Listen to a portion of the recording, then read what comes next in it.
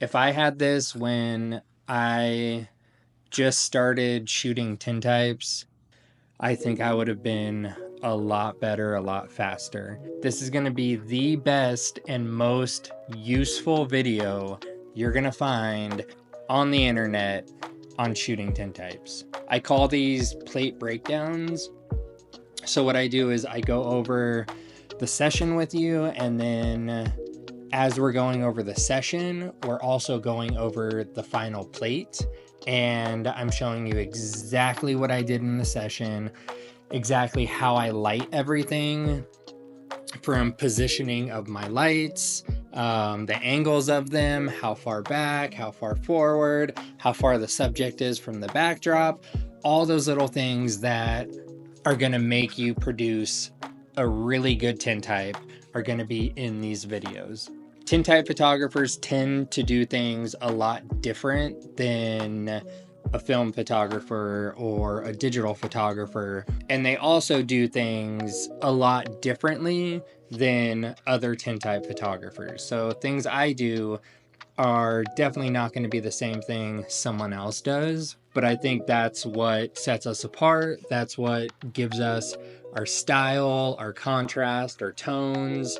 If you have any questions, if you are curious about how to do something, let me know in the comments, and I will make videos on how I can help you guys, because I feel like with the tintype process, it's very gatekeepy, and I want to show you guys how just a normal tintype portrait studio does things.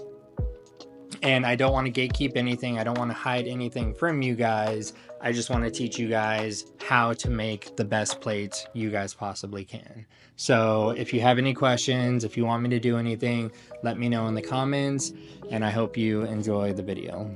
In this plate breakdown, we're going to be going over this photo. This is one of my favorite photos. I just love the vibe of it. I love just the overall dynamics of it. I love his hat.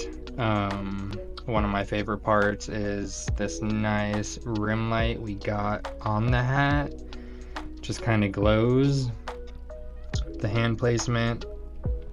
Just, yeah, everything about it. Her fringe, I think, just looks awesome, and just them together just looks good. So we're gonna go over the session video, which is like 8 seconds long. It's super short, but you can see the lights.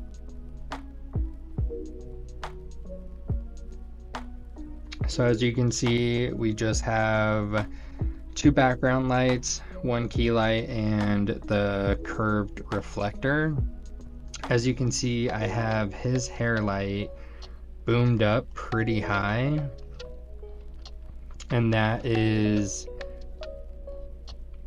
hitting his hat to give that nice highlight around the brim of his hat, his shoulder, and all that good stuff. But also, if you notice, it's not directly pointing this way. It's definitely more at an angle. So the big thing with tintype portraits is, we need as much light as we possibly can. I went with the white backdrop, so the white backdrop is going to help out a lot with light, mostly because we can cut down on any sort of background light. So typically I like to shoot with the background light. I like to shoot with a black backdrop or a gray backdrop, or just a dark backdrop in general. And I decided to go white with this one just because I don't know, I just thought it would really kind of suit it. Her shirt is kind of like a light brown color, his is a cream color. So I just thought, like, overall aesthetic would just look really well, especially with the contrast of his hat. So I know for a fact his hat is gonna separate from that white backdrop, but this light is feathering out this way and giving us that really nice highlight, but now it's also feathering this way, bouncing off the clamshell reflector and now it's giving us that much more light. So if we had it directly pointing at both of them, what would have happened is we probably wouldn't have gotten too much like feathering or light spill coming out this way. So that just means all of this would have been a little darker. And I wanted to go with more of kind of like a waist up pose because I really wanted to see her fringe. That was like one of my main goals. Back to the other side with her hair light, you can see this one is boomed up pretty high too, just as high as this. Now, I'll typically go a lot closer with them, but like I said, I knew my backdrop is white, so I knew that was going to push out a lot of light.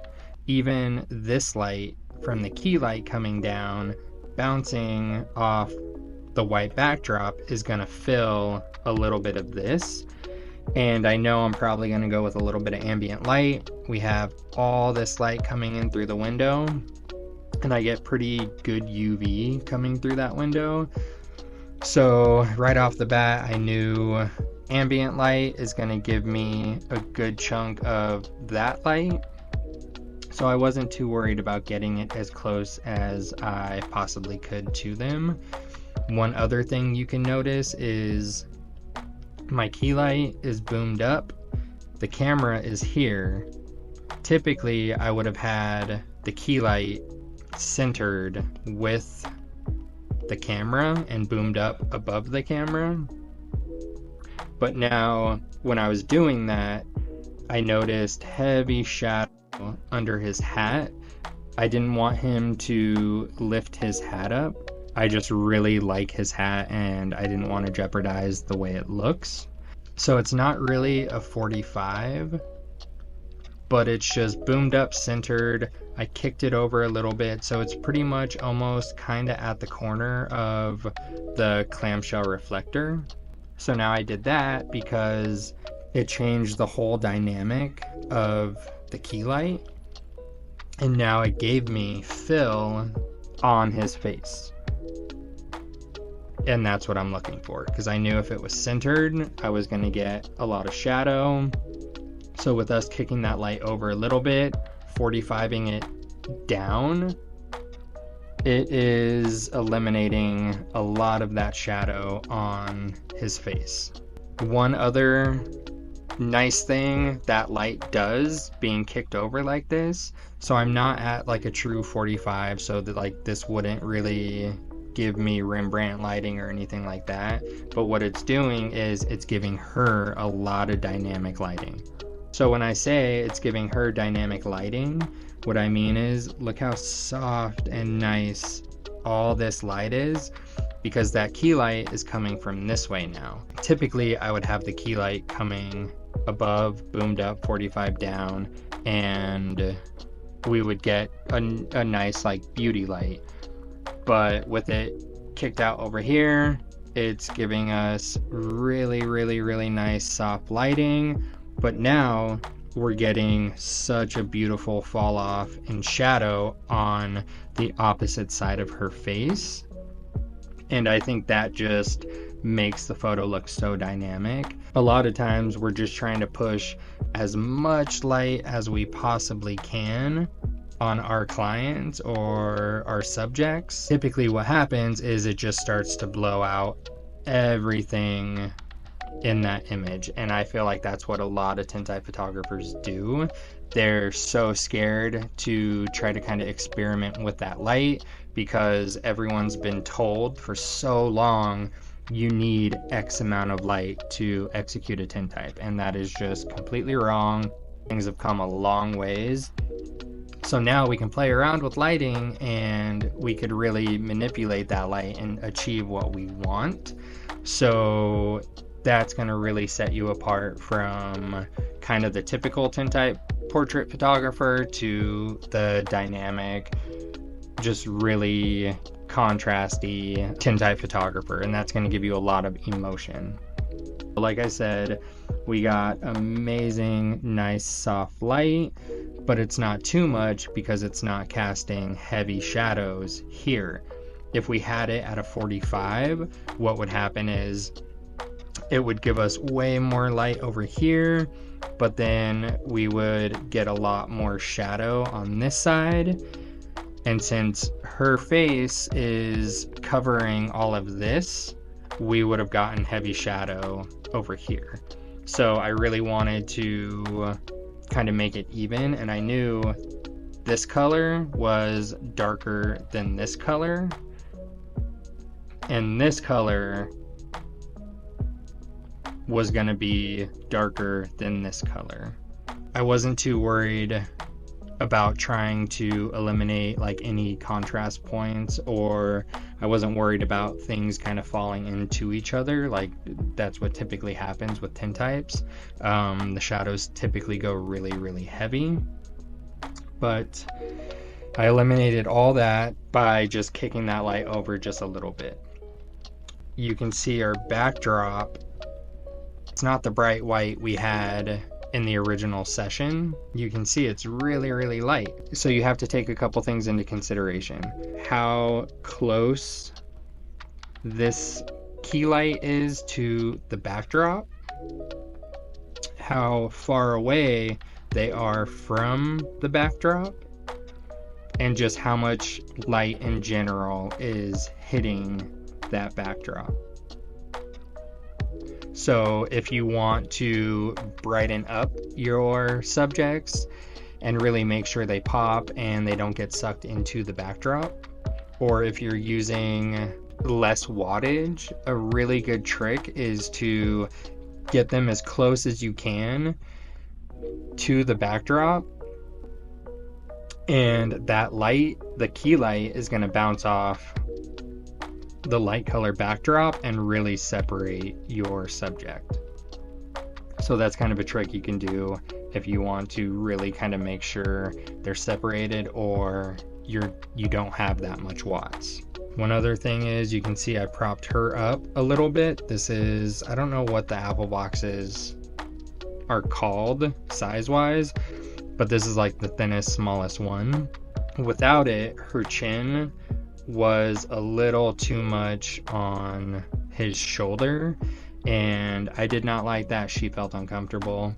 So I always ask my clients, how do you feel? Do you feel comfortable? Is that comfortable? Or if they feel uncomfortable, they're going to translate and look uncomfortable. So that's the worst possible thing you can do, is try to really manipulate poses and get your clients to do things they're not comfortable with, because they're gonna look uncomfortable. Even if they tell you they want to do a pose and you know it's really not gonna come out well, it's your job to tell them, you know what, I don't think this pose really like suits you guys. It looks a little uncomfortable, and change it up, because it's definitely going to look uncomfortable. So now, just to break it down, we had the key light that was, it wasn't 45, but it was a little off centered, about 45 down,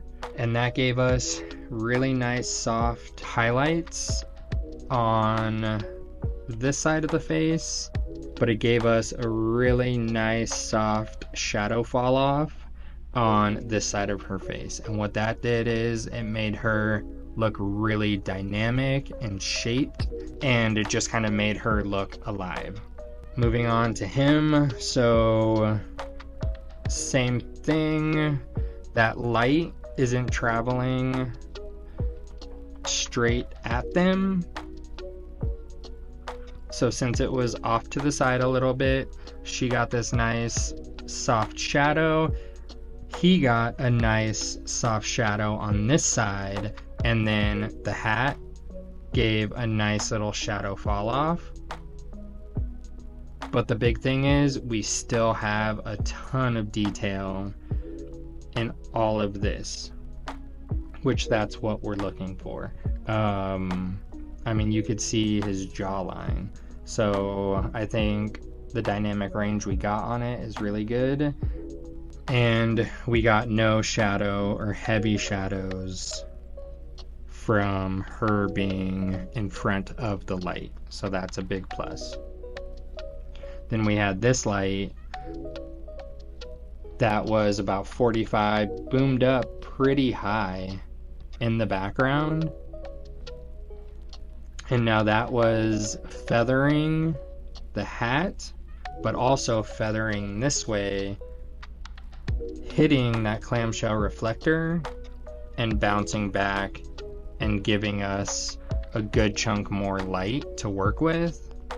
But it's also feathering this way and giving us this amazing hair light on the hat. And I think that's one of the big spots your eye kind of gets drawn to, is just that really nice highlight. This background light is pretty much positioned the same way, so that just means it gave us a really nice hair light on her head, and we're not too worried about separating all of this because I knew the backdrop is light, her shirt color is pretty light, but it was going to be kind of on the darker side. But again, remember, they're both wearing light color shirts. The backdrop was almost white, so I knew I had to push them further away from the backdrop. So this is probably, I think these are like a foot. So 1, 2, 3, 4, 5, 6. So let's say about 6 feet. That's how far they were away from the backdrop. Typically when I shoot portraits, I don't push them back, or I don't push them away from the backdrop that far, because I like to shoot dark backdrops and I just like that contrast. So they're about 6 feet away, but again, now that is why we have a really nice grayed out tone to the backdrop, allowing all the light colors in it to pop, but it's not so dark it's sucking that hat into it. And also we have that awesome background light that's giving us that really, really, really nice highlight on the hat. So I think that's pretty much it for this one. You can also see we had that clamshell reflector. It was pretty low, and typically the lower you go with it, the harder it is to get these catch lights. So we angled it just right where we got enough catch light, and you can see the catch light is in the corner, so that means the light was over here, and you can see that reflector with the light bouncing over here. Both of them are nice and sharp. That was due to manipulating that focal plane and getting both of them sharp. So yeah, that's it. This is one of my favorite photos. Just love the way it looks, and I hope you learned something.